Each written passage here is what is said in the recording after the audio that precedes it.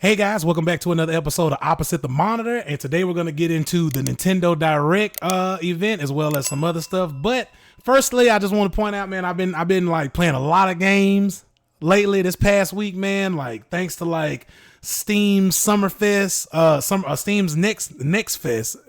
What I meant to say, and then they also have like a summer game sale coming up. There's a bunch of demos. I think everybody should just go out and try that out, as well as sinking a lot of time into Final Fantasy 16. Man, it's amazing. I've been enjoying it. Anthony, man, what you been playing? What you been playing this past week, man? Let us know.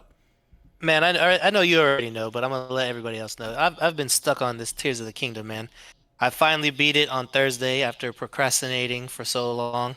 Um, I got like 160 hours into this thing. I've just been grinding away, so I finally beat it, and the ending did not disappoint. And I gotta say, it's in the running for probably, in my opinion, the best Zelda game of all time. To me, it's hard to say because I love Ocarina of Time so much. Like that's my favorite one, but this one's creeping in on it and making me kind of change my opinion on that because this game is just freaking awesome, man. Yeah, definitely. I mean, people already putting it up in the running to be like game of the year this year, but I already told y'all what my game of the year is. My game of the year is Your more. game of the year, My not game of a the game year, of the year. yeah, my game of the year is Mortal Kombat One, but that could be argued. But that's a good, like, actually too. I think I saw some like gameplay too of someone building a Doom buggy in Tears of the Kingdom as well, and I thought that was actually pretty dope. Like they built like a whole Doom buggy. They put like cannons on top and stuff, driving around and just it looked Bruh. very. It had like a nice like creative sense to it, and it seems like they're incorporating a lot of elements from other games that I know of. So I mean, I can definitely understand and see like how like this could definitely be game of the year contender. Yo, the Doom buggy thing, that's like not even the tip of the iceberg. I've seen people make pod racers, TIE fighters, robots. Like it's insane. The creativeness to this game, it's just it has no bounds. Yeah, I can definitely see that. It reminds me of games like Valheim and stuff like that as well. But it's a good segue going right into the Nintendo Direct event that happened this past week. I think it was Thursday or Wednesday that it actually aired. I thought it was a pretty okay event. It was the usual suspects I knew Nintendo were going to announce. A lot of the stuff was already some of the stuff that was announced that we seen it at Xbox Game Showcase as well as PlayStation Showcase as well. But I know you have a lot to say on it, Anthony, so we can just dive right into it and just, do what, like, how did you feel about the showcase? What game stood out to you that you were excited about or, surprised you or whatever like that? Yeah, I was actually surprised by a few games. Most of them are remakes though. Yeah. Like Mario RPG remake, I'm totally here for that. That game looks so sick. Yeah. Mario Wonder 2, it's not a remake, it's a completely original game, another Mario game. I'm kind of hyped that they're going back to the 2D side scroll of it while still making it like 3D and new. Mm-hmm. Um, Even Luigi's Mansion Dark Moon is getting a port over to the Switch, like that's crazy. Yeah. Another thing that I'm also hyped about is Pikmin 1 and 2 getting ported over to the Switch. Yeah. That just leaves room for more GameCube games to be ported over, which is gonna like which I hope happens because like that's literally what everyone is hoping for. Because even though the GameCube did terribly, it's held as one of the best game consoles now that Nintendo's ever made, Yeah. considering the amount of like exclusive properties that are on there and stuck on there. Yeah. And they're making So Pikmin 4 too as well. yeah, Pikmin 4, that's the whole reason for 1 and 2 to come on it, Yeah. which I'm also gonna get as well, but I'm definitely gonna get 1 and 2 again. For the Switch and Pikmin 4. Of course, I'm just gonna have all the Pikmins on the Switch at this point, which is pretty good. That game is fun. You wouldn't think it's that fun. I don't know if you've ever played it, but it is pretty fun and it's grindy and it's definitely a good game to play and pass some time and enjoy yourself with. Okay. Yeah, I think for me, there were some games. Now there were two games. I'll get into my choices that I particularly found interesting. One of them was one that was already announced, but we got more information on this particular announcement. But what two games? I guess we could start off with that. Is what two games are like you either excited for or are in your list of like being surprised by, or like what were the two ones that like outpaced anything else that got your attention or that you watched or seen in the Nintendo Direct showcase? All right, well, 100% Mario RPG remake for Okay. one.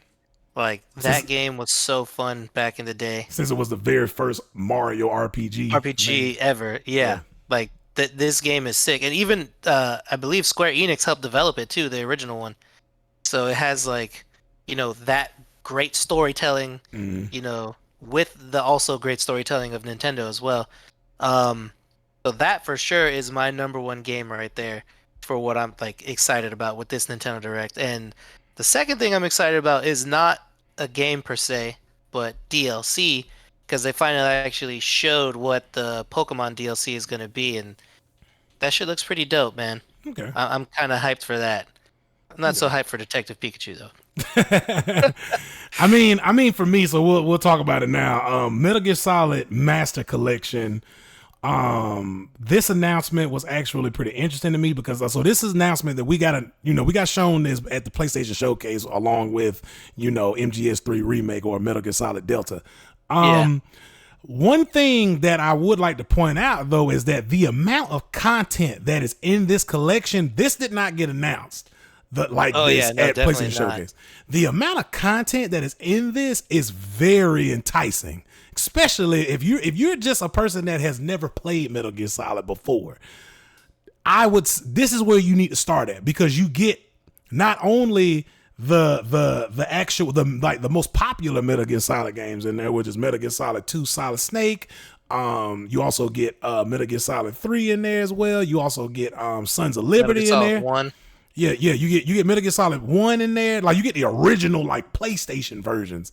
They're getting put into this collection. Not only are you getting like the soundtrack, you're getting the digital art books, you're getting like the story books, you're getting like every piece of origin information that you need about Metal Gear Solid or about like all of that. You're getting all of that in this collection. And this is one thing I wanted to point out is just because we didn't get as much information in the PlayStation Showcase. We only got announced like the three major titles. They didn't go into detail or they didn't show everything that was in that showcase.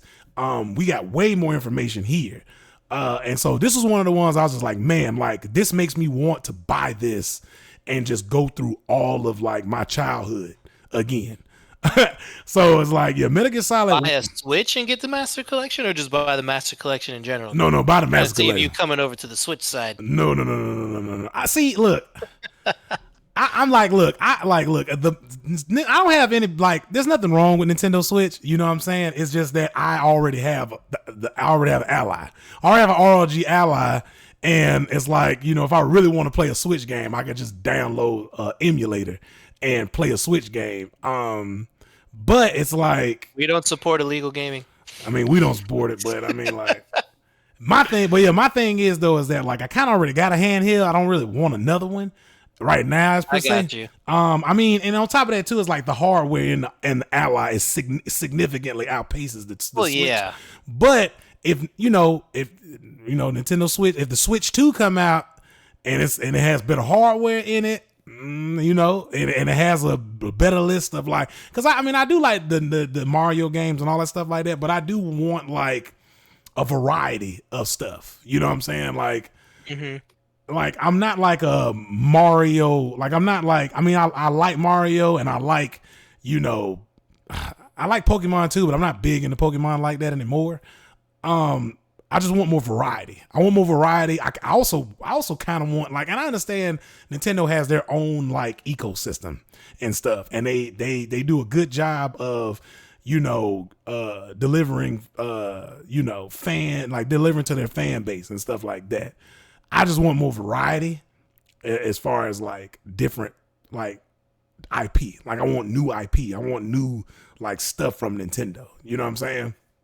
So Well, I mean, Breath of the Wild and Tears of the Kingdom is like nowhere near any other Zelda game like ever created. So that's insanely new. If you were to Well, play those, your mind would be blown, I'm telling you. I'm talking. Well, I mean, I know what you mean, a completely different original IP, but I'm yes, just yes, saying yes. this is like you could borderline call it a soft reboot almost because it's nothing like any of the other Yeah, games no, like yeah, ever made. yeah, no, no, no. I mean, definitely, Breath of the Wild and Tears of the Kingdom is like outside the scope of what Nintendo does. Like that's something Yeah. that they've like because like I've played like I mean like comparatively to games that I've played on PC between PC, PlayStation, and on Game Pass and stuff like I've I've definitely gotten a taste of what like I've seen a lot of the stuff that Breath of the Wild and Tears of the Kingdom has done before.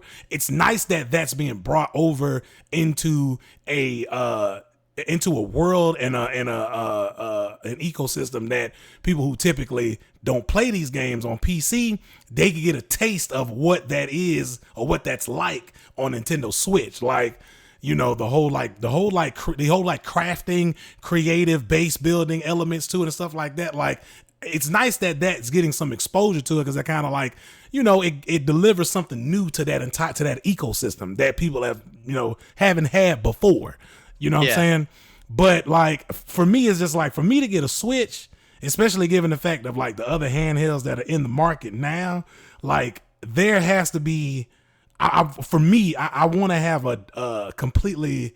I want Nintendo to start creating new IP alongside like the major franchises that they already have.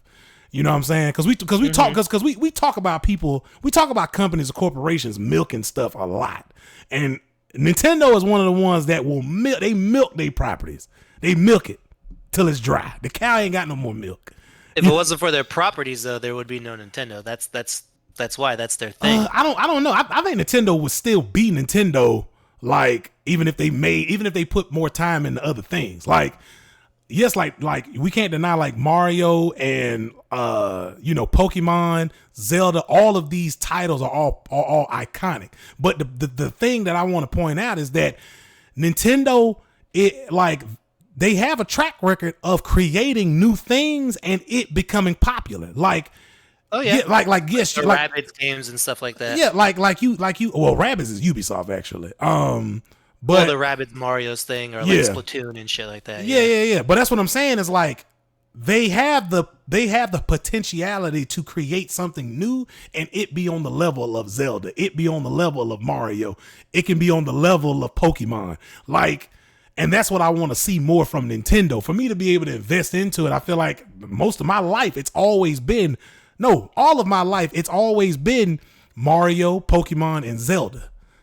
You know what I'm saying? And it's No, like, I see that. I see that. you know what I'm saying? It's just like, and I'm getting older, and I kind of want to see more from Nintendo. Like, I want to see because I have faith in Nintendo. Like, they can make stuff and have it be iconic.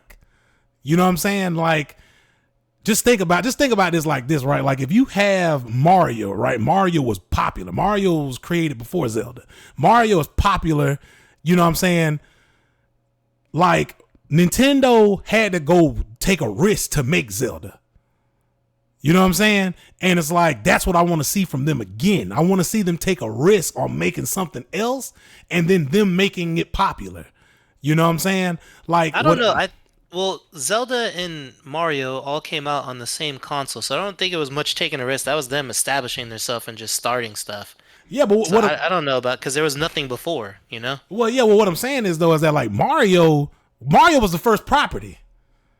Yeah. So With Dunk Cut, I know. yeah, but Mario was the first property. That was the whole like, Mario is the face of Nintendo. Like it's, you know what I'm Yeah. saying? Like so it's It was like the main draw, but I mean, exactly. But there was they still like, um, Punch Out. There's a bunch of yeah. stuff like Sight Bike, Zelda. There Yeah. was a bunch of stuff, but I wouldn't say that as like taking a risk though, because like that was them establishing and getting started, and like I wouldn't say Sony PlayStation took a risk with like Twisted Metal, or like I not mean, Twisted Metal.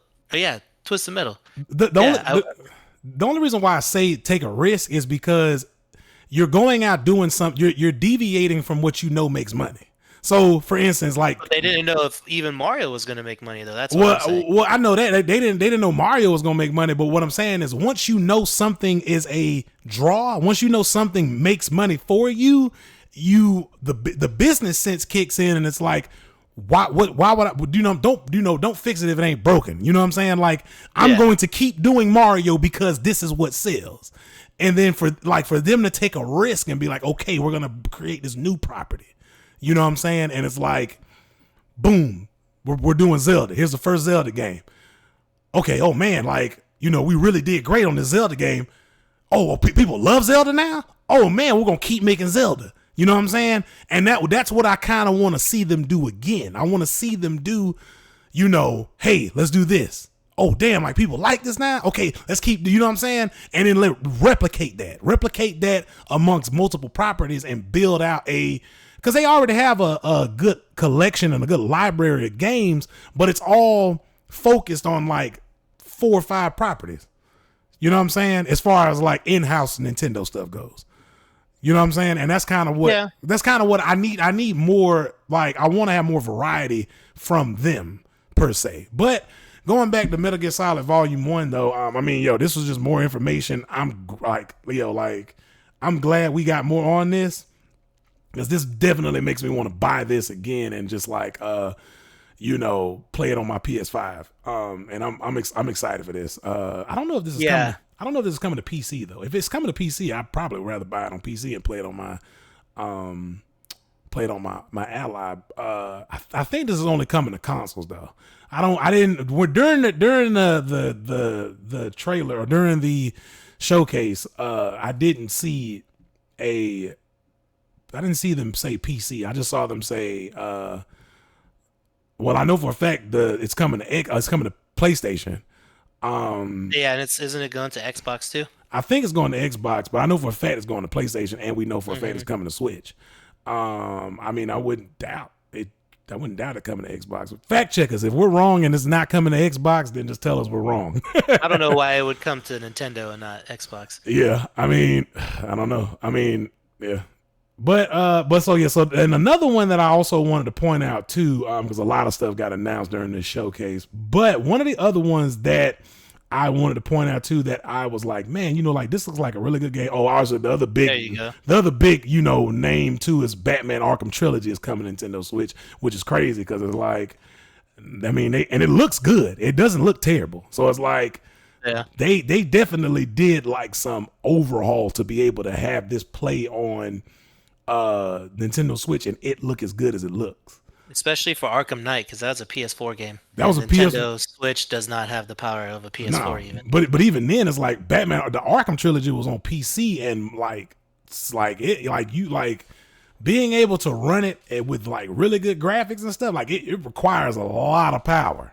I've seen people overheat their entire setup to be able to like run it. I mean, that's granted you run it at like 4K, 4K ultra. 60 ultra settings and stuff like that. But it's like, it can get a very GPU intensive game. But yeah, that's one of the other big names. That's not my one. This was something I was just like, okay, like, I played all of the Arkham games before. It's great that it's coming to Switch because now people who only own a Switch can actually enjoy the greatness of this game. Because this is the last great Rocksteady game you're going to get. Unfortunately, yeah. Unfortunately. But one of the other games that I wanted to point out that surprised me was a game called Silent Hope. And it is a JRPG. And let me see, here it is right here because it wasn't on that list. But it is a JRPG. I thought it looked really dope. It has a lot of like management features, a lot of, it's action oriented. It reminds me a lot of, you kind of get some Dragon Quest vibes from this as well. Yeah, I was going to say Dragon Warrior when it was older. Yeah. Before the merger. Yeah, you kind of get some vibes off of that. But I do like the not just the aesthetics and everything like that, but also just like the mechanics. This seems like a very like in-depth kind of game as well. This is something new and different, that we were just talking about with Nintendo. I don't know if this is Nintendo exclusive though. But I mean, it looked great. There's a lot of like crafting mechanics that were in there. A lot of action is going on there. I kind of also kind of get like, I got some Dragon Quest, Dragon Warrior vibes from it as well. Also kind of got some Ni no Kuni vibes from this as well. But yeah, I enjoyed it though. This was the other one that I was like, man, like this looks really, really nice. Looks like it's gonna have like a good story to it. Different characters you can play as and stuff like that with their own different abilities, different skill sets, everything like that. So yeah, this was one of the ones I was like, man, this looks really, really dope. I don't know if it's only exclusive to Nintendo. Oh, actually no, Nintendo Switch and PC. So it's coming to PC too. So I can actually purchase this and I can play it on my ROG Ally. Yeah, bingo. So yeah, this is one of the ones I was excited for. Yeah, I thought it looked dope too. Yeah, this is one of the ones I'm excited for. I wanted to play it. I wanted to play as well. But yeah, all in all though, I think overall, the Nintendo showcase was, okay, pretty good. It was, I would say middling because it was games that I knew they were going to show. My expectations weren't blown. And a lot of it was like ports and DLC announcements and stuff like that. Speaking of that being a lot of it ports and DLC, there's one thing I want to talk about that is still like makes me want to ask Nintendo why. Scroll down to Mario Kart, the DLC. I know what you're talking about too. I don't know if they announced it on it's this on list. here. No, keep going. Right here. It is, yeah. Why are we still on Mario Kart 8? 2014, bro, this game came out. Bro, because why the fuck, bro? How can they not make another Mario Kart? Why can't we have Mario Kart 9? Because why can't we have Mario Kart Switch? Because what the fuck is going on here? Because they're falling victim to live service and the ecosystem that we live in today. That is why Mario Kart. They keep making new maps and stuff like that, like map packs and whatnot. Like they have like 6 now, I think, coming out. Dude, 3 of those, 4 of those, 5 of those could have been a whole new game. Yeah, it's like I don't get it. I really don't get it. I mean, it's business. That's what it is. It's business at the end of the day. Like, how can we maximize profits without maximizing really doing resources? Much work, effort. Yeah, exactly. So it's like, what I'm saying. They're just following the I guess you could call it like a battle pass system or more. It's live service at the end of the day. Like they want to make a game that can last. They want to make a game that can last 5-10 years and then make it new. It's about to be 10 years. Yeah. Is the next Mario Kart going to come out on whatever's after the Switch? Like, come on. Yeah, Which it obviously probably is because the Switch's life cycle is running its course to the end anyway. So yeah, and see, Jesus Christ. Yeah, and I mean, like, I don't know, like I'm used to stuff like this because I think this is, if I'm not mistaken, this may be like the first game that's on Nintendo Switch that is kind of like a live service. Like, I'm pretty sure it is. Yeah, I don't think any other game is like this on Nintendo Switch. So this is like your first taste. Switch fan base. This is your first taste of what it is, what it's like on PC, Xbox, and PS5. But yeah, I'm sure most people have both, at least one other console other than a Switch, so they're aware. But yeah, this game is like, dude, this game came out for the Wii U, and they just put Deluxe on the end of it, and now it's a Switch game. Like I'm so sick of it. Yeah, definitely a live service title, but. Yeah. Moving on, we also have some information. This is just kind of like more information on the what comes into the Metal Gear Solid. And this is something that I kind of wanted to go over just a little bit too. Yeah, look, Xbox right there, but no PC. Oh yeah, there it is. No, there it is. Will launch for PlayStation 5, Xbox Series X, and PC via Steam. Oh, okay. So yeah, I can definitely get it on PC as well. And play all the old school stuff on my ROG Ally. But so I just wanted to kind of bring this up because they go over so much in this, but you get the original Metal Gear game, you get Metal Gear Solid 2 Solid Snake, as well as Sons of Liberty. Metal Gear 2 Solid Snake. Yeah, you get Metal Gear 2 Solid Snake, and then you also get Metal Gear Solid 2 Sons of Liberty as well. All 3 of these games are like revered as like the best in the actual like in the genre or in the franchise. I mean, I would also, say one is probably better than two, but I know how you're a Raiden fan, so yeah.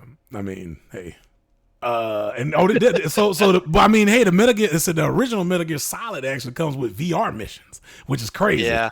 So I'm not big on VR, but I mean, like it's Well, it's not real VR. It's no, like it's what they called it then because they had VR yeah, missions. It was like a side thing. yeah. So I mean, that's actually pretty dope. They also got uh the Metal Gear Famicom version. So you're getting like different versions of Metal Gear. You get Snake's It's Revenge. Revenge. You're getting two graphic novels. The digital graphic novels of Metal Gear Solid 2, as well as a whole list of digital books, and you're getting a soundtrack. So I mean, like, and the price for this, you're getting this much content for $60. $60. I mean, to me, that's worth it. You know what I'm saying? Like you're You don't getting even get new games with this much content, and they're $70. exactly. So it's like you're getting it for $60, man, and you're like, you're getting three mainline games.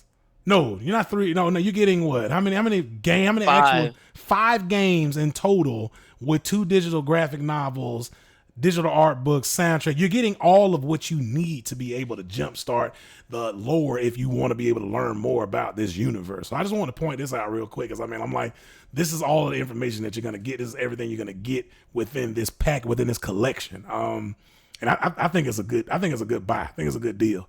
Yeah, for sure. If you've never played Metal Gear Solid, I highly suggest getting into it. This is like one of the best video game franchises of all time. Exactly. Like it's tactical espionage at its finest. It's story driven, insanely good. Like this is the game. This is the franchise you want to dive into like deep. And Definitely. this will be the collector's pack to do that in. Yep, definitely. And it seems like they're gonna be doing more because this is volume 1. So I mean, like, if Wonder what more they can do.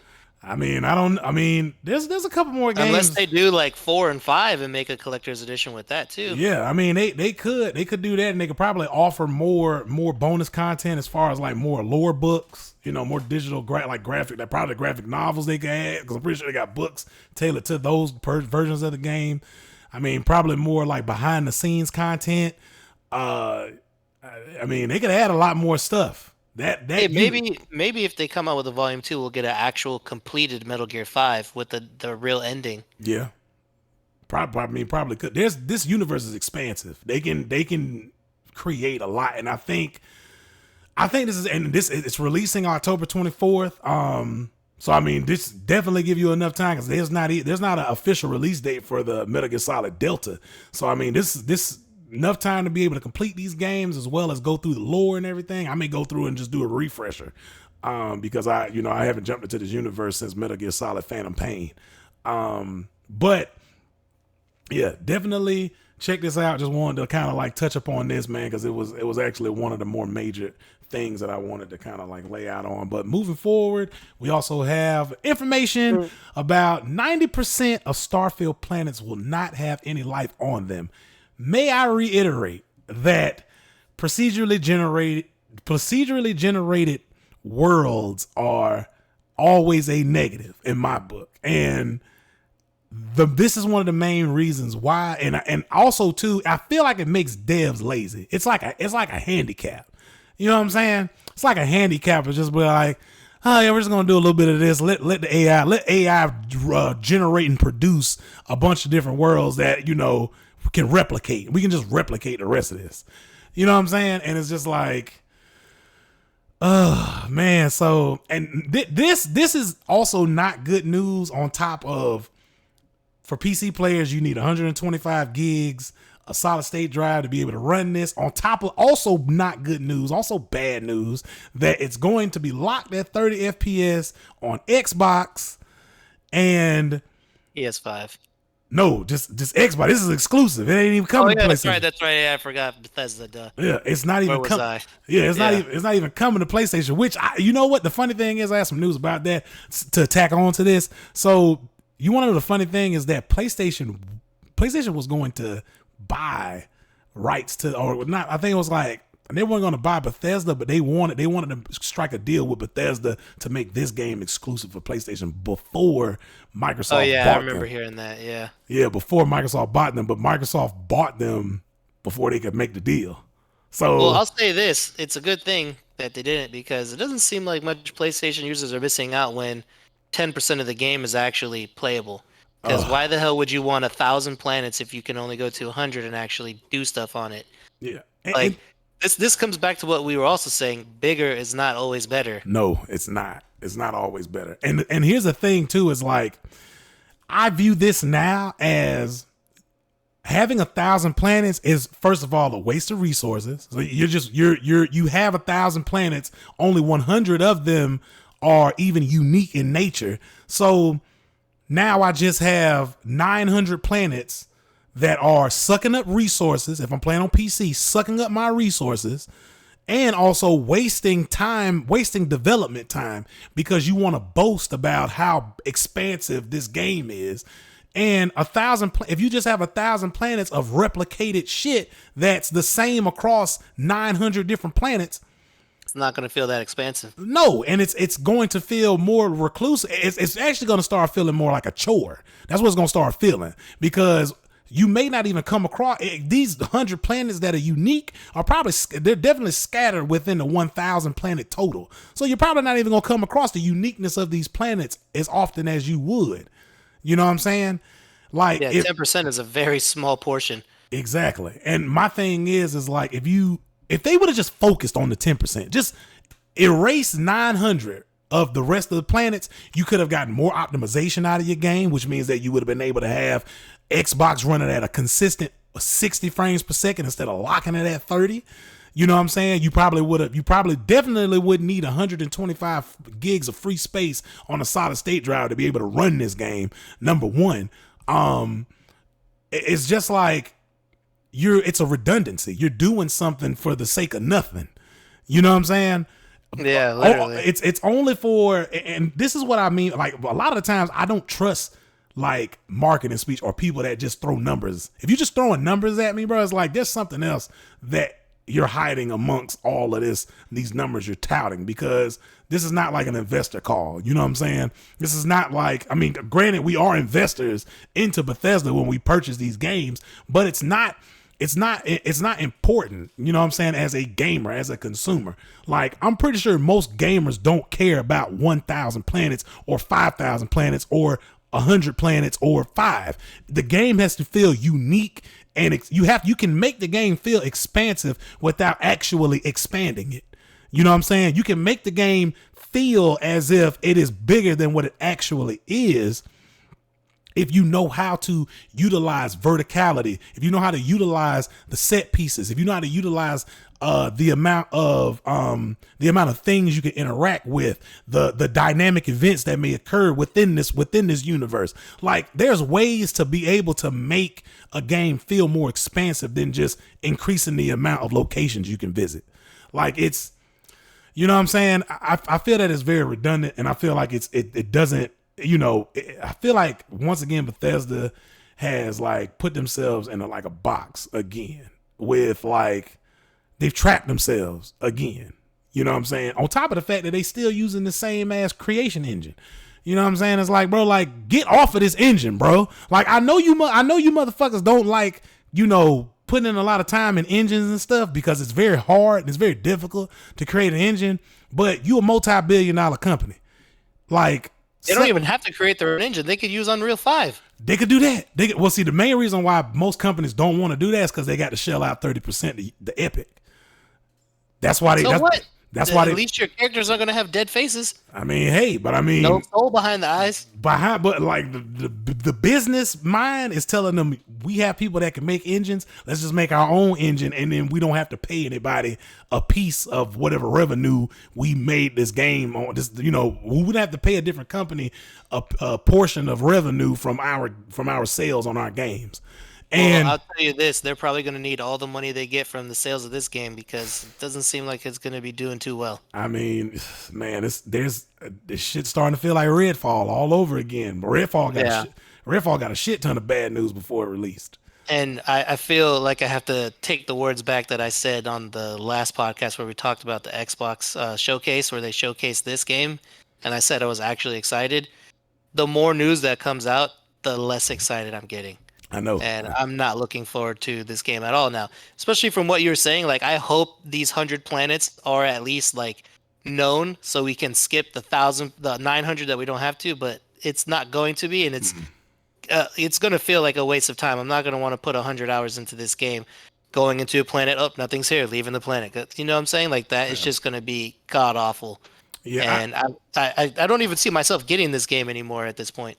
yeah. I think the 1,000 planets was served two purposes. It was served the purpose of look how grandiose our game is, and look how grandiose, like look at all of the effort we put into this, and all that stuff, right? Bragging rights. That's Yeah. one purpose. I think the other purpose and the main reasoning to actually do this is because I think they also have like there's something else they're not telling us. And I feel like the 1,000 planets with the 100 scattered amongst the whole 1,000 is an excuse for you to have to actually go through certain parts of the game that may be tedious, that may be, you know what I'm saying, time wasting and stuff like that. And there's going to be, I'm pretty sure knowing Bethesda, there's going to be things that they're going to do to sell you shit throughout the lifespan of this game. Of course. There's definitely going to be like, given what I've seen from Fallout 76 and shit, like I'm pretty sure they want to test that theory on Starfield. I would not be surprised. I would not be surprised if you start seeing a bunch of like shit in the game to waste your time, purposefully waste your time. Yeah. Just You to know? keep you playing and logging in more hours. Exactly. And paying. And that's another thing too. Like you said, the 1,000 planets, they did it to seem grandiose and big and bragging rights and stuff like that. Bro, 100 planets to me seems massive enough. Bro, 100 planets that are all unique is a lot of that's a lot of shit to Content. cover. Yeah. Yes, that's 100. That's it.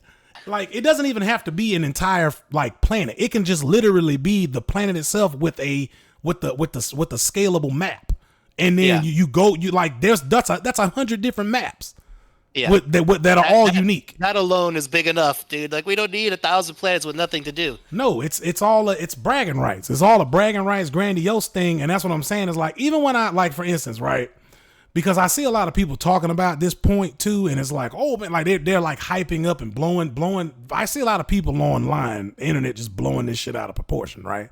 And my thing is like this shit's already been done before, like, and I mean it's been done before, and not even talking about No Man's Sky, because I feel like No Man's Sky is kind of like the bottom of the barrel when it comes to these style of games. I'm just gonna be completely honest. Things like the bottom of the I totem don't like pole. No Man's Sky either. But comparatively, comparing this game to Elite Dangerous, which I hear nobody talk about the fact that they like to compare this game to No Man's Sky. No, compare this game to Elite Dangerous. Elite Dangerous does this as well as does a bunch of other stuff. You know what I'm saying? And it's been out longer, and it runs at 60 FPS on consoles.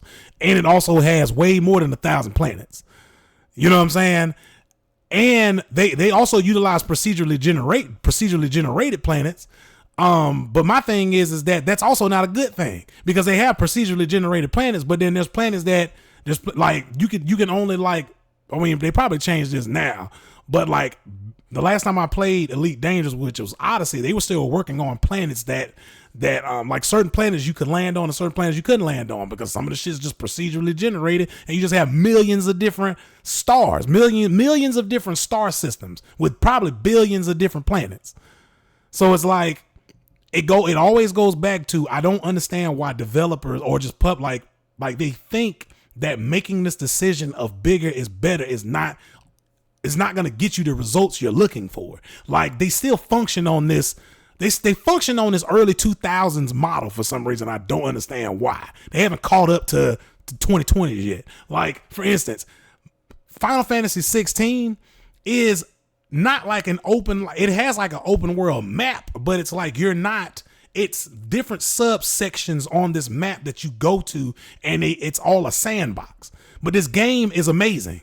and it runs great. Ever since they did the day one patch, the game runs amazing. I mean, it's like there's no shortage of content and things that you can do in that game, even though it's mostly focused on narrative driven story. So it's like, you know, the whole 1,000 planet things is like, bro, like if it drastically hinders other parts of your game, what's the purpose in doing it other than for, you know, bragging rights? You know? Yeah, well, they're not going to be bragging so much when people start realizing how their ass gonna be terrible the game is going to be. Yeah, their ass gonna be real surprised when their ass gonna be real surprised when those sales come in and the only people that bought it was people who own a PC. Because I don't know how the hell you could, like, you know, I don't know how the hell you could even play something at 30 FPS, bro. Like, it's gonna look like it's lagging, fluttering. It's gonna just look like trash, bro. I remember when God of War Ragnarok first came out, and that also suffered from like graphical issues. I remember when you put it in quality mode, because, you know, ever since, you know, PlayStation, you know, and the new Xbox came out, they want to be more closely aligned to PC as much as they can, at least.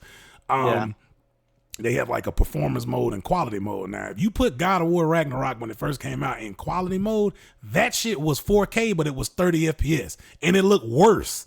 It looked worse in quality mode than if you was to put it in performance that mostly, you know, catered to frame rate, and frame rate was like, I think it was 1440p and 60, and 1440p and 60 looks better than 4K 30. So it's like, you know what I'm saying? But it's just ridiculous. But, you know, and this is actually confirmed. Director Todd Howard was on Kinda Funny. You know, thanks Kinda Funny for, you know, giving us all the information that we need on games these days. But, you know, he came out and confirmed that only about 10% of planets have life on them. You know, this means nearly 100 planets will offer unique creatures and inhabitants for players to discover. And it's man. Good thing they told us this, because now I get to save my $70. Yeah, exactly. But yeah, so they also go out to say like, however, some might be disappointed with this number. While Bethesda Game Studios has likely included plenty of diverse creatures in the 100 planets, users might not come across them very often, and that's what I'm saying. Wow. It's going to be scattered throughout this. This article came from Tech for Gamers, but the original piece came from Kinda Funny. But yeah, man, this is just another, you know, I mean, look, I hope Starfield comes out good. I'm not confident. Like, I'm definitely not confident on consoles. If you buy it on Xbox, bro, I feel sorry for you. Like, you know, I think, you know what? I feel like Game Pass is going to hinder the sales of this completely. People are going to download it, play it for a little bit, and then just be like, yeah, fuck this game. Yeah. I mean, and then again, it comes, yeah, like at that point, it just comes down to, well, see, and that's the other thing too, is like using these subscription models, you can't track playtime. They operate like Netflix and any other streaming service. Just counts as a stream. Oh, they played it. Exactly. How long? We don't know. Exactly. And then another thing is, I guarantee you on Reddit, someone's going to go through the coding, through the backlogs, and find these 100 planets, come out with a list and be like, avoid all of this and just go here. Exactly. And I mean, it's going to happen.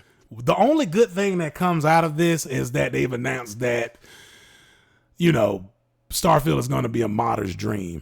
And that's the only good thing to come out of this, but that's still only exclusively to PC. You can't mod this game on console. So it's like, good, so people can make it better. People can make it better. So it's like, hey, and that's another thing too, is like Bethesda always does this.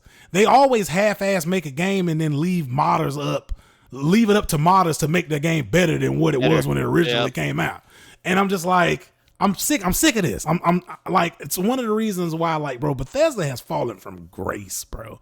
Like, Bethesda used to be like that company, bro. It's crazy. I remember Fallout 3 times and Skyrim and Oblivion times. Even I'm not even a Skyrim or Oblivion fan, but I remember how those games, like, dude, when that game came out, everybody was talking about it. Fallout 3, everybody was talking about it. Starfield, I don't know anyone talking about this game.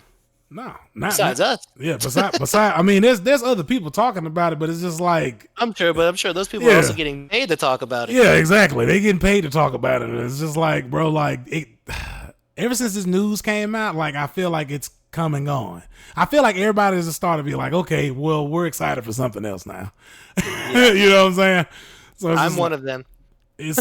it's you know what I'm saying. I hope it does great. Like I said, man, I like the fact that they seem like they put a lot of effort into the gun combat, the gunplay mechanics. They look better than what they've done in the past. Especially Fallout 76 and Fallout 4. Like, but it's just like, oh man, like the face models look terrible. The graphics to me look last gen. Like they look like they belong on PS4. And that's because they're still using the creation engine. They're not using they won't either build a new engine or use something else, you know? And it's just like, I don't know, man. I hope Starfield releases, you know, to some good reviews and stuff, but I'm not confident on it. Nah, I'm not confident. I'm not confident at all, but all right, moving on. We also have some information on Immortals of Aveum. This was one game that I was excited for, but unfortunately it's getting pushed back. Not too far though, only to August. And the For now. Yeah, for now, you know, I mean, this just seems to come with the territory of games these days where they just like announce the release date for something, and then, you know, closer to the release date, we get a pushback. So apparently for that next one, another pushback, and then another one, and another one. And it's just like, you know, just stop announcing shit before, you know, you actually ready to release it. But but the main reason I guess behind this was that you know, they kind of talk about the, you know, polishing the game essentially. And GameSpot reports on this. They said that the recent feedback to the game proves to us what we already felt, that Immortals of Aveum is something special. In order to realize our full vision, we're going to take a few extra weeks, making our new launch date Tuesday, August 22nd. So officially August 22nd is the new release date for this. They go on to say that this will give us time to further polish the game, finish optimizing all platforms, and deliver a strong launch. We owe it to ourselves and to you to get this right. I'm all for polishing games. I'm all for getting, you know, I don't want to pay $60, $70 for some broken, buggy piece of shit. You know what I'm saying? Like, I don't want to do that. Yeah, me either. You know? And I'm really surprised that this is coming from EA. Yeah, well, once again, of all places. This is Ascendant Studio, so this is being published under EA original. But I'm saying they're usually the ones to push it. Be like, oh, it sucks, it's broken, send it. Well, I think one thing I've noticed is that actual EA titles, and this is one thing I will give EA credit to. This is that they've had to eat their words. I remember at one point in time, they said that nobody wants to play single player games. Why would we make single player games? And now they got to eat that shit. Now they got to eat that shit because two of the most highest selling games that they've made recently has been the Star Wars games. And also another indie title that was released under EA Originals was It Takes Two, which is touted as like one of the best co-op games as far as like couch co-op and multiplayer co-op, you know, that EA has released recently. And so, you know, I do want to make the distinction that, you know, Ascendant Studios is the one that's developing the game, and I think they have more control over the creative process and development. And I think the EA Originals is a subsidiary of EA, and they are probably more. They seem to be more laxed on allowing creatives to, you know, take care of how they want to release the game and control that aspect of it. Because also like It Takes Two was also released on the EA Originals. And so you know, that part of the company seems to be like, you know, more focused on like letting creatives be creatives, you know, and then once the game comes out, whatever it sells, whatever revenue they make off of it, EA gets a cut of that. But I'm all for it. I'm glad that, you know, one thing I will always celebrate is developers taking in feedback seriously from the people, from their consumer base, the people who are purchasing their game, because that's who you're catering to. You know what I'm saying? Like, you know, I hate developers that just come out. I ain't gonna say hate. I dislike developers who just think that their vision is the ultimate end all be all, and like, you just forced to buy this game. And then if Yeah, you if you don't like it, don't buy it. exactly, or then like they'll talk shit when you don't buy the game. You know what I'm saying? Just be like, like if you don't buy the game, whatever like that, they'll just talk shit about how you didn't buy the game. And it's like, well, you didn't cater to me. Why the hell would I buy your game? So, there's Gamers don't know what they like. yeah, it's like, bro, like, well, you gonna find out real quick what gamers like and dislike when they don't buy your shit. So they also go on to say that with this is also one good thing I wanted to point out too. So Immortals of Aveum has an old school approach to its content, as it won't require an online connection. It has no microtransactions, and the campaign is estimated to take around 25 hours to complete. That all sounds great to me. Like I can't say, like, I love when, developers are just actually, they just want to sell you a great product. You know what I'm saying? They don't want to sell me some shit and then hide their schemes behind what they're selling me and trying to, like, get me to, purchase this expansion and all this other shit, or try to get me to buy into their battle pass and all this other wild, crazy shit that incorporates with live service titles and stuff. Like, this is just a straight up, hey, here's the game at full price. You get the entire game. No microtransactions, no online connectivity, no nothing. And I'm just like, 25 hours of a great time. Yes. Thank you. I'll take Sign that. me up. Exactly. But this is what the Harry Potter game did and stuff like that. Like, I feel like these games need to be celebrated for, just, going back to the roots of things, man, and just giving people good products instead of just trying to sell me extras. You trying to sell, like, the game. Sometimes I feel like the game is just a front for you trying to sell me some extra shit on the back end. 100%. That's how gaming is nowadays. How many microtransactions can we pour into this? How many battle passes? How many season passes? How many anything we could do to get more money out of it? Like, it's not made for the content anymore. It's Exactly. So, pay to win garbage. It's so annoying now. exactly. So it's just like, I just wanted to celebrate this, man, because this was also a really good point, really good thing that I wanted to bring up as well. But yeah, man, I'm all for, push it back, polish it up, man, and then give us a great product on August 22nd. Yeah, that's all I'm ready for. That's all I'm waiting for. But yeah, moving on, we got a little bit of information on, Bungie's marathon, some gameplay loops, features, progression, stuff like that. We'll kind of go through this really quick because, this